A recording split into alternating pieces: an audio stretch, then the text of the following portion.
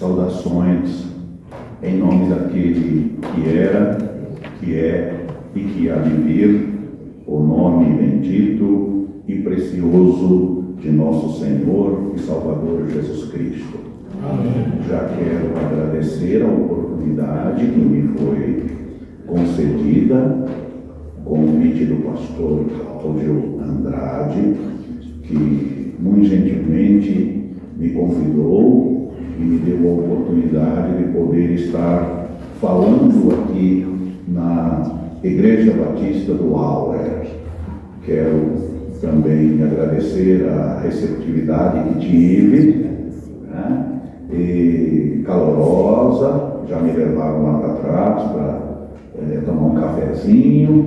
Quando cheguei, já fui bem atendido, assistido, e isso demonstra o amor, a amizade, o carinho e o convívio cristão que, sem dúvida, se percebe na vida dos irmãos. Portanto, que Deus seja louvado e que Deus os abençoe.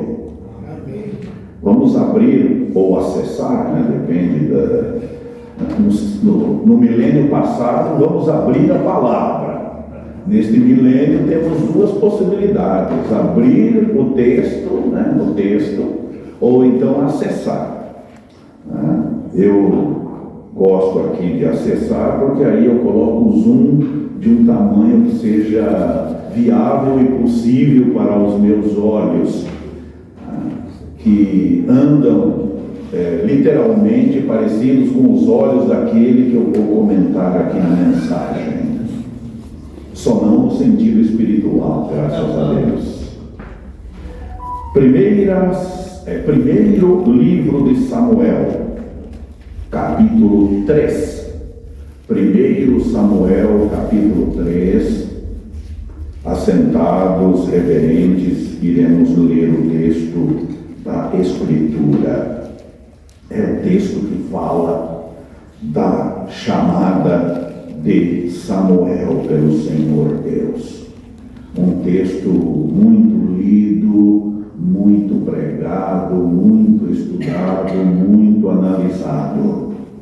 Nós vamos ler apenas os 4 primeiros versos, que tratam de uma situação existente na vida do povo de Israel.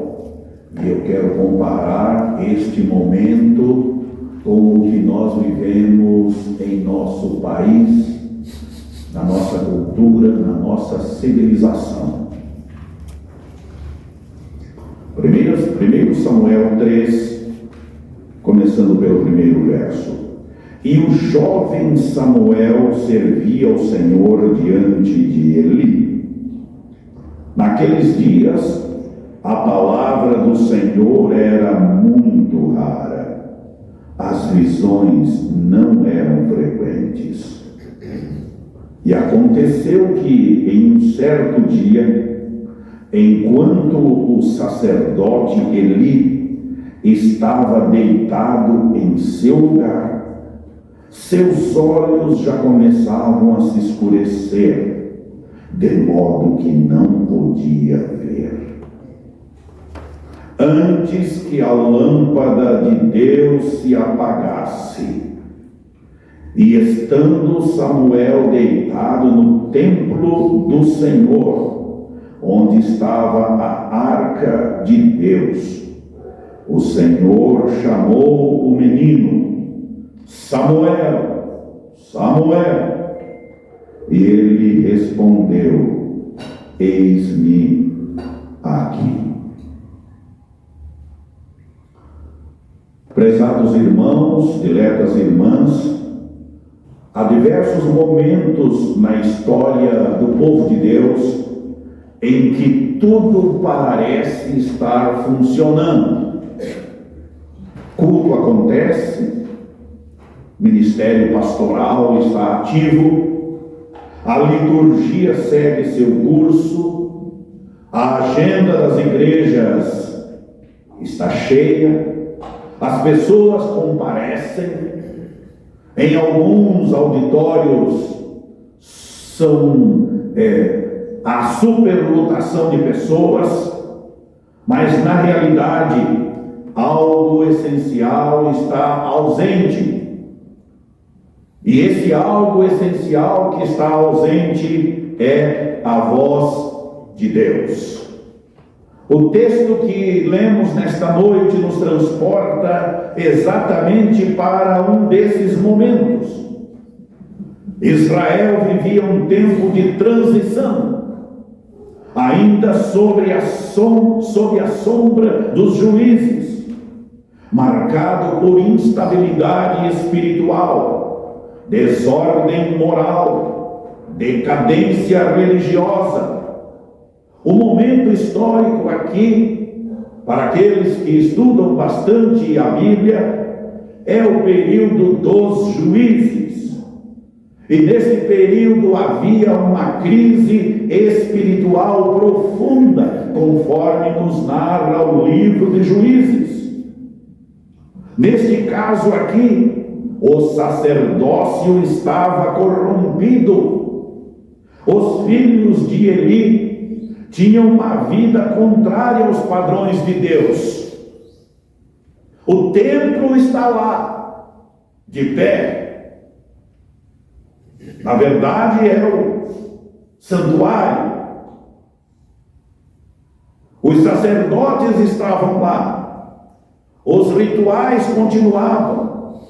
Israel está religiosamente ativo, mas espiritualmente vazio. Ou seja, tínhamos uma religião sem revelação. Tínhamos uma religião sem vida. E além disso, havia um silêncio inquietante pairando sobre tudo. E o narrador bíblico diz algo assustador. Sim, o autor bíblico nos diz: a palavra do Senhor era rara naqueles dias. As visões não eram frequentes. Isso não significa que Deus tinha deixado de existir, ou que Deus tinha ido embora, ou que ele tivesse perdido o seu poder de falar, de se revelar. Significava que por causa do pecado, da negligência e da corrupção institucionalizada, Deus havia restringido sua revelação. Era um juízo silencioso. Um Deus que se cala muitas vezes é muito mais aterrador do que um Deus que repreende, que corrige. O silêncio de Deus é algo muito terrível. E somente aqueles que passam por experiências enfrentando o silêncio de Deus é que podem testificar de quão terrível é este período. Não é que Deus estava incapaz de falar. Era um juízo em que Deus havia decidido não falar. Não significava a ausência ontológica de Deus. Não é que Deus não estivesse presente, mas significava juízo divino por causa do pecado institucional. Há um paralelo muito grande em termos posteriores, quando Amós também faz referência disso, quando ele diz: eis que vem dias, diz o Senhor, que enviarei fome sobre a terra, não fome de pão, não sede de água, mas de ouvir a palavra do Senhor. E aqui nós já encontramos o primeiro paralelo perturbador com o tempo em que vivemos. Se não pense comigo agora. Vivemos em um tempo em que há pregação todos os dias na internet. mensagens evangelicais em muitos aplicativos, cultos em todas as esquinas. Os templos hoje à noite estão lotados de pessoas. Mas a pergunta que se faz é: será que a palavra do Senhor não continua rara? Será que ela não é rara em nossos dias? Vivemos sim em uma era de abundância religiosa. Nunca houve tantas igrejas, tantos pregadores, tantas Bíblias disponíveis, impressas e nos aplicativos, tantos conteúdos cristãos circulando, que se você ficar ligado lá, celular, o Instagram, ou Facebook, ou qualquer outra rede social, é uma mensagem atrás da outra. No entanto, de forma paradoxal, a palavra do Senhor parece rara. Há muito discurso, pouca revelação. Há muita mensagem, mas pouca fala de Deus. Há muito conteúdo, mas pouca palavra. Há muito show gospel, muito entretenimento, mas pouca mudança de vida, pouca transformação. Há muita fala sobre Deus, mas pouca fala de Deus para as pessoas. Multiplicam-se mensagens que agradam, mensagens que motivam, mensagens que entretêm, mas que não confrontam, não expõem o pecado, não chamam ao arrependimento. O púlpito, em muitos contextos, foi substituído por um palco. O pregador substituído por um comunicador, ou então por um palestrante motivacional, ou um pregador que faz as pessoas rirem o tempo todo. E a palavra de Deus não aparece. Sim, a abundância de púlpitos, de igrejas, de eventos, de conteúdo digital, mas escassez de pregação expositiva, pregação séria, doutrina sólida, voz profética confrontadora. As mensagens são antropocêntricas. O Evangelho tornou-se exclusivamente algo terapêutico. A Escritura foi substituída por experiência. E a situação no Brasil é de culto show, substituindo o culto reverente.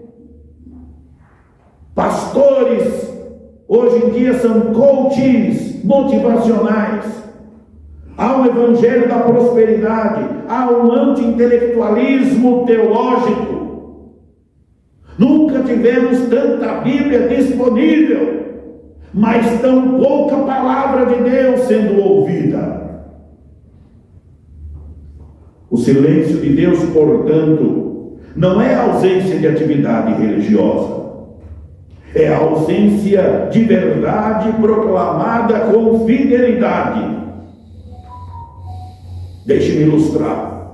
Recentemente alguém comentou com o seu pastor: pastor, na internet hoje eu ouvi várias mensagens e estou me sentindo ótimo. O pastor então indagou: e você saiu confrontado? Você foi chamado ao arrependimento? Desafiado a ter uma vida mais digna diante de Deus? Foi desafiado a mudar de vida? Ele respondeu: não, nada disso, mas foi muito edificante. Irmãos, edificação sem confrontação muitas vezes é apenas conforto e motivação. As pessoas querem se sentir bem, mas elas não querem ser confrontadas, não querem mudar de vida, não querem se arrepender. O texto escriturístico prossegue. Naquele tempo, Eli, cujos olhos já começavam a escurecer, estava deitado em seu lugar. Veja que interessante. Essa observação aparentemente simples, ela carrega um peso simbólico profundo. Ele não estava apenas fisicamente debilitado. Sua cegueira física, na verdade, era um reflexo da cegueira espiritual, que era muito mais grave. Ele já não discernia com clareza o que estava acontecendo ao seu redor, não apenas em nível físico, mas principalmente em nível espiritual. E isso é particularmente trágico, porque Eli era o líder espiritual da nação. Ele sabia dos pecados dos seus filhos, pecados de corrupção, pecados de abuso do culto, pecados de imoralidade. Sabia que eles estavam profanando o culto em Israel. Sabia que estavam corrompendo o povo, mas ele não agiu com a firmeza necessária. Essa liderança de Eli tornou-se passiva, complacente, incapaz de confrontar o mal. Isso não é amor, isso é omissão. Sua cegueira física é símbolo da cegueira espiritual. Houve incapacidade de discernimento, uma liderança tolerante com o pecado. Eli sabia do pecado dos filhos, mas não agiu com firmeza. Quando a liderança perde a visão, o povo inevitavelmente perde o rumo. Meus irmãos, minhas irmãs, aqui não é apenas biologia ou oftalmologia, é teologia, porque não se refere à cegueira física. O texto está se referindo à cegueira espiritual. Ele representa uma liderança que perdeu a capacidade de enxergar, de discernir. É como um pai que sabe que o filho está fazendo coisas erradas, usando drogas, mentindo, vivendo de forma destrutiva, mas ele diz: eu não quero me envolver, eu não quero conflito, deixa ele seguir o seu caminho, o seu rumo. Esse tipo de realidade também encontra eco em nossos dias. Há líderes que preferem manter a paz institucional do que exercer disciplina espiritual. Há muitos líderes religiosos que evitam confrontar o pecado por medo de perder membros, perder influência na membresia, ou perder a sua estabilidade no ministério. Há muito silêncio onde deveria haver denúncia. Há muita tolerância onde deveria haver correção. A cegueira espiritual da liderança hoje é uma das causas mais perigosas do declínio das igrejas evangélicas. Você pode dizer: mas os evangélicos nunca cresceram tanto em nosso país, nós nunca crescemos tanto como hoje em dia, tem uma igreja em cada esquina. Pois é verdade, mas também no nosso país tem crescido a misoginia, o abuso doméstico, consumo de drogas de nossos jovens e assim por diante. Você vai em uma prisão, lá estão jovens, nome deles Samuel, Enoque, Abacuque, filhos de crentes, são crentes, são batizados, e tem havido uma tolerância exacerbada com escândalos morais, porque hoje em dia escândalo moral acontece a toda hora, a todo momento. É na política, é na economia, é em todos os lugares. Então, na igreja também é normal. Há uma tolerância exacerbada com esses escândalos, falta de disciplina. Muitas vezes, pastores reféns de membros influentes. E o pior de tudo, silêncio diante das heresias, e elas têm entrado nas igrejas. As heresias.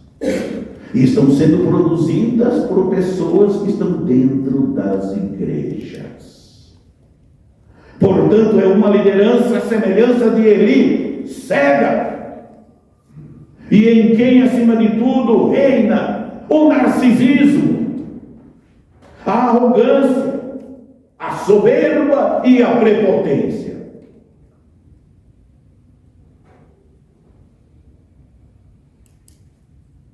Alguns anos atrás eu ouvi uma anedota que o médico acha que é Deus. O juiz quase tem certeza que é Deus. E o pastor tem certeza que é. E essa foi uma anedota contada em uma reunião de pastores. Porque há muitos que parecem que estão sobre Deus. Deus é pequeno. Deus é um subordinado. Deus é um jornaleiro, um empregado. Porque ele acha que está por cima de tudo, inclusive de Deus. Mas em contraste com Eli, o texto nos apresenta Samuel. Samuel estava deitado no santuário do Senhor. Olha o detalhe, onde estava a arca de Deus. A arca simboliza a presença de Deus. Aqui é o contraste intencional do autor e poderoso. Diz ele que Eli estava deitado no seu lugar, na mornidão, na cegueira, seu lugar cotidiano, que já era lugar. Mas o Samuel estava no santuário, onde estava a arca de Deus. Enquanto Eli está afastado, Samuel está próximo. Enquanto Eli está acomodado, Samuel está disponível. Enquanto Eli não enxerga, Samuel está em posição de ouvir a voz de Deus. Samuel ainda é jovem, inexperiente, ainda não conhece plenamente a voz do Senhor, mas ele está no lugar certo, perto da presença de Deus, onde cada um de nós deve estar. Há dois tipos de crentes hoje em dia no nosso país. Um vem ao culto, assiste e vai embora, e sua semana segue igual. Não teve mudança nenhuma. Outro vem, ouve. Ouvir não é escutar. Um só escuta. O outro ouve, porque ouvir é internalizar e obedecer. Ouve, ora, busca, anota, reflete, vai conferir. Ele quer Deus, ao passo que o primeiro quer ele mesmo. Os dois estão no mesmo ambiente, mas não estão na mesma posição espiritual. Samuel ainda não conhece plenamente a voz de Deus. Ele ainda confunde. Se você seguir a leitura, quando Deus chama, ele vai falar com Eli: Eli, o Senhor me chamou. Ele ainda confunde. Ele ainda precisa aprender. Mas ele está no lugar certo. Ele está com o coração certo. Ele está perto da presença de Deus. E isso faz toda a diferença. Isso nos ensina algo fundamental. Deus não depende de estruturas corrompidas para agir. Quando instituições falham, Deus levanta pessoas. Quando líderes se tornam cegos, Deus chama aqueles que estão sensíveis à sua voz. Sempre há um remanescente. Mesmo em tempos de decadência espiritual, Deus preserva aqueles que permanecem próximos da arca, isto é, perto da sua presença. E então chegamos ao ponto central do texto. A frase que deve ecoar em nossos corações, com toda a força e com toda a vibração. E esta frase é: antes que a lâmpada de Deus se apagasse. Essa lâmpada não era mero detalhe litúrgico. Esta lâmpada representava a presença contínua de Deus no meio do seu povo. De acordo com a lei, esta lâmpada deveria permanecer acesa continuamente e nunca apagar. A lâmpada deveria nunca se apagar completamente. Mas aqui o texto sugere algo alarmante. Ela ainda não havia se apagado, mas estava prestes a isso. O texto sugere então um estado crítico, quase apagando. E não é um detalhe cronológico, não é um detalhe para dizer era madrugada, 5 horas da madrugada, 4 horas, 4:30. E esta madrugada fria, em que a lâmpada estava se apagando, é diagnóstico espiritual da nação. A madrugada é o momento mais escuro da noite. Para nós que vivemos em um centro, uma cidade enorme, não faz muita diferença. Mas em cidades pequenas, no interior, lá onde estava colocada a arca, fazia sim muita diferença. Não havia energia elétrica. E era o período mais temido. Por isso que o Salmo diz assim: ainda que a tristeza dure uma noite inteirinha, a alegria vem pela manhã. A luz ainda estava acesa, mas fraca, vacilante, fumegando, quase se extinguindo. Essa era a condição espiritual de Israel naquele tempo. Essa é a condição de muitas pessoas dentro da igreja hoje. E essa também é a condição de muitas igrejas hoje. A lâmpada está se apagando, mas ela não se apagou. Ainda há cultos, ainda há Bíblia, ainda há oração, mas a chama está enfraquecida na vida de muitos. O zelo diminuiu, a reverência foi substituída por informalidade irreverente. A verdade foi diluída com as heresias. a santidade foi relativizada. Coisas que nos assustavam algumas décadas atrás, hoje já não nos assustam mais. Coisas que eram tidas como pecado, hoje são aceitos naturalmente como se não fossem. Isso é dramático.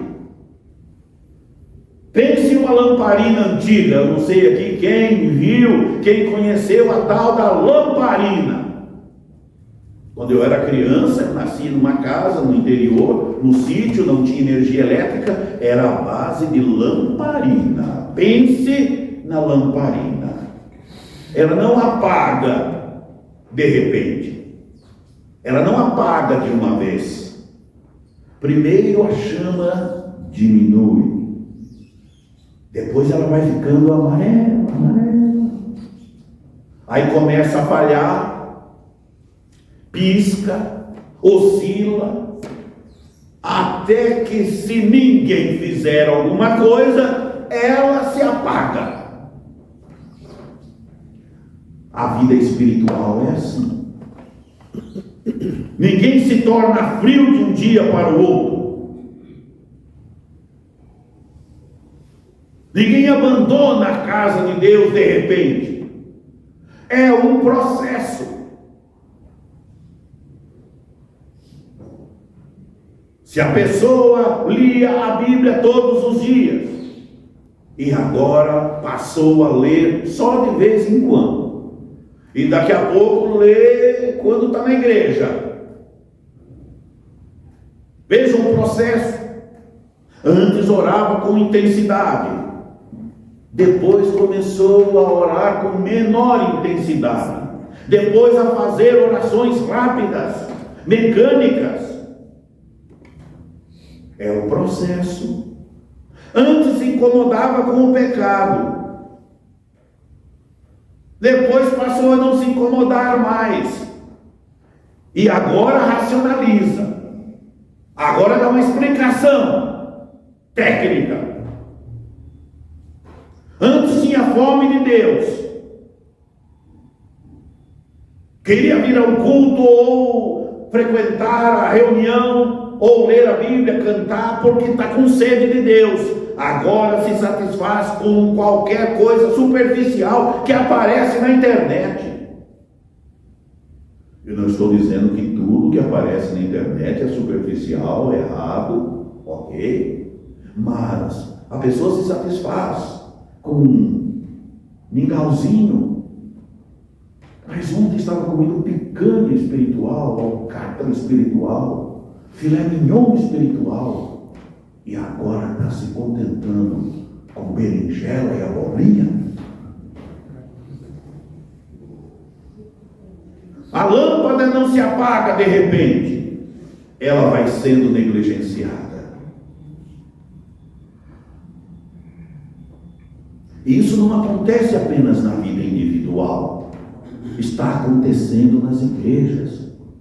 Uma igreja começa sólida, bíblica, reverente, com o tempo ela flexibiliza a doutrina para atrair mais gente, troca a profundidade bíblica por entretenimento, substitui reverência por espetáculo, e quando percebe, a lamparina está se apagando. Ainda há muito culto, ainda há muita música, ainda há muito movimento, mas a chama está fraca, quase se apagando. Como que se apaga uma chama espiritual? Primeiro perde-se o temor, depois a seriedade com o pecado, em seguida a centralidade da palavra, e por fim resta apenas a estrutura. Uma estrutura sem vida, sem poder, sem presença. O grande perigo é que uma igreja pode continuar funcionando, mesmo espiritualmente enfraquecida. E eu não estou falando enfraquecida no sentido de ter pouca gente, de ter pouca oferta, não estou falando disso. igrejas cheias, repletas, mas ela está enfraquecida. Ela tem a sua agenda, suas atividades, sua aparência, mas a luz de Deus está prestes a se apagar. Tem havido uma mornidão espiritual exacerbada, um cristianismo cultural. Ser crente hoje virou cultura. Da Ibope,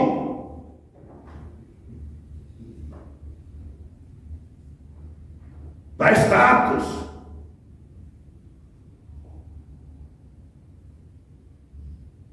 mas é um cristianismo sem compromisso, imoralidades normatizadas, materialismo travestido de fé. O que se vive é um materialismo exacerbado e aquilo é chamado de fé. Vaidade ministerial. Pregadores brigando com pregadores na internet, direta. Um bicudo com o outro. Um se acha mais santo do que o outro e detona o colega. Idolatria de líderes. Meu líder é aquele, olha, é o Deus na terra. Heresias comuns. E eu não posso nem entrar nisso, porque aí nós vamos até 10h30 da noite falando de heresias que estão dentro das igrejas. São diversas. Vive-se um evangelho sem cruz. Um evangelho sem cruz. Quase um evangelho sem Cristo. As substituições descabidas. O que importa é a experiência, não a Bíblia. O que importa é a emoção, não a verdade. O que importa é o sucesso numérico, não a fidelidade bíblica. E o sucesso que se vive lá fora, o sucesso que se vive no mundo dos negócios, passou a ser o sucesso da igreja, e aquilo é denominado de fé. E se esquecem que lá na Bíblia, no livro de Mateus, tem uma palavra que diz assim: muitos se encontram com ela, a porta larga. Porta larga, espaçosa é o caminho, e muitos entram por ela, mas apertado e estreito é o caminho, e poucos são os que a encontram. Meus irmãos, parece que a minha mensagem é muito negativa. O cara veio aqui com pessimismo para deixar a gente mais para baixo ainda. Não, eu vim aqui para dizer que o texto nos traz esperança. Por isso deixei para o fim. Não vem trazer pessimismo, não vem trazer derrota. Eu vim trazer vitória. Eu vim trazer esperança.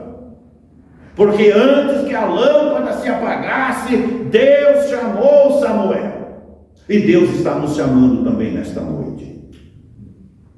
Significa que, mesmo em meio à crise, Deus ainda fala, ainda chama, ainda intervém. O problema nunca foi a incapacidade de Deus falar. O problema sempre foi a incapacidade de nós ouvirmos. Samuel ouve, mas não reconhece. Imediatamente ele corre para Eli. Ele precisa aprender a discernir a voz de Deus. Isto nos lembra que sensibilidade espiritual não é automática, ela é cultivada. Mas muitos não querem cultivar a sensibilidade espiritual. Não é de uma hora para outra. Há um crescimento, há um desenvolvimento. E aqui que está o apelo deste texto para nós hoje. O texto bíblico vem para nos dizer: ainda há luz, ainda há oportunidade, ainda há tempo. Mas este tempo é antes que a lâmpada se apague. Será que a lâmpada de Deus na nossa vida não está fumegando? Não está quase extinguindo o fogo? Antes que a insensibilidade se torne irreversível, antes que o silêncio de Deus se torne definitivo, antes que a igreja se torne apenas uma instituição sem vida. Deus chama, Deus fala, Deus convoca. Precisamos vigiar, precisamos restaurar a centralidade da palavra, precisamos recuperar o temor de Deus, precisamos de líderes com visão espiritual, precisamos de crentes que queiram estar próximos da presença de Deus, e não apenas próximos da religião, próximos da estrutura.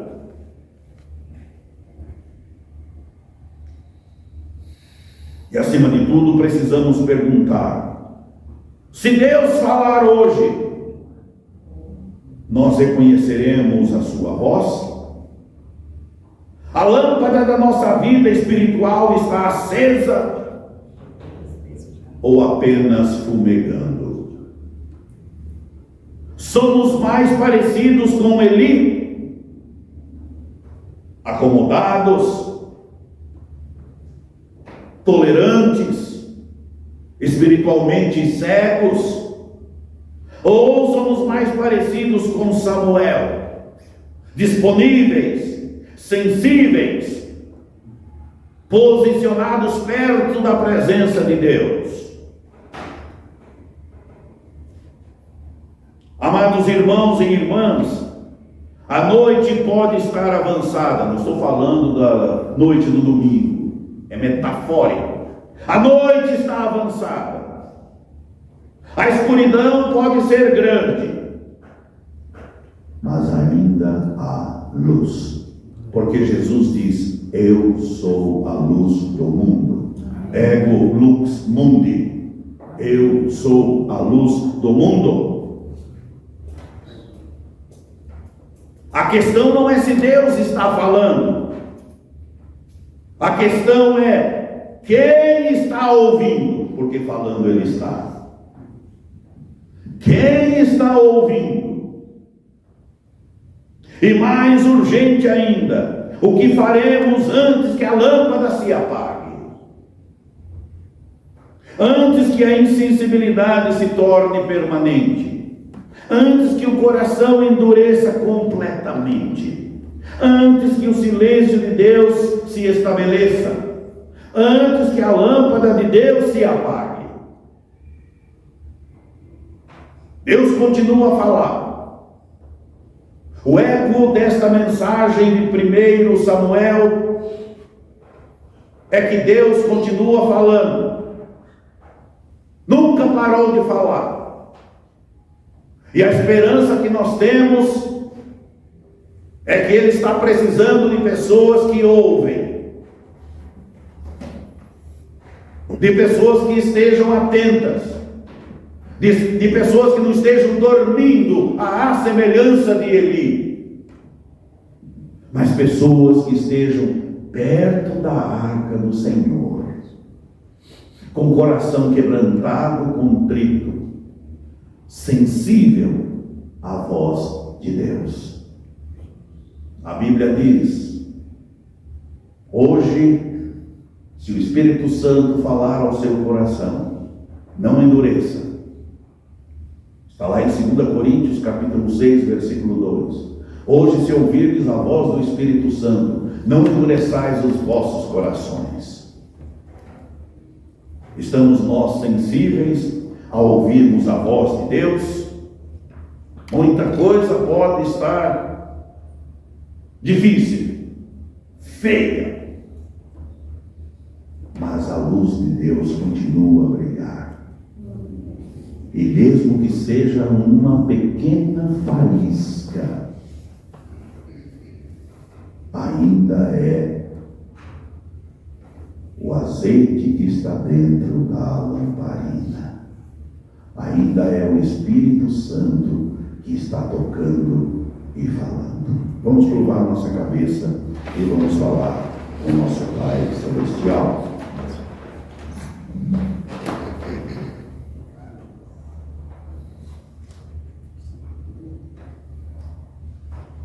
Senhor, cá estamos nós, ouvimos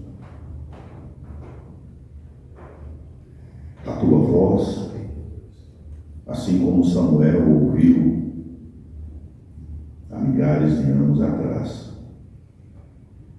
Não queremos estar acomodados, com os olhos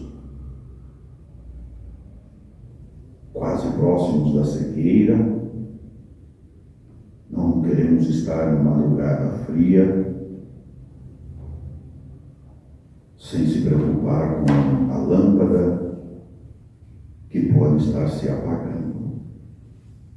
Vivemos situações difíceis, vivemos um tempo terrível, uma cultura de mamon que se infiltrou no mundo ocidental e que tem roubado a divindade de nosso Senhor e Salvador Jesus Cristo. Para muitos, o Deus que comanda a vida é Mamon, Deus do dinheiro. Nós queremos rejeitar este Deus. Nós queremos ter o nosso Senhor e Salvador Jesus Cristo, aquele que era, que é, que há de vir, aquele que tem as 7 estrelas na sua mão direita e as agarra com força na palma da sua mão. Ajuda-nos a sermos sensíveis à tua voz, que estejamos cada vez mais próximos da tua presença, para que tenhamos vitória na vida espiritual. Em nome de Jesus é que nós oramos. Amém. Amém.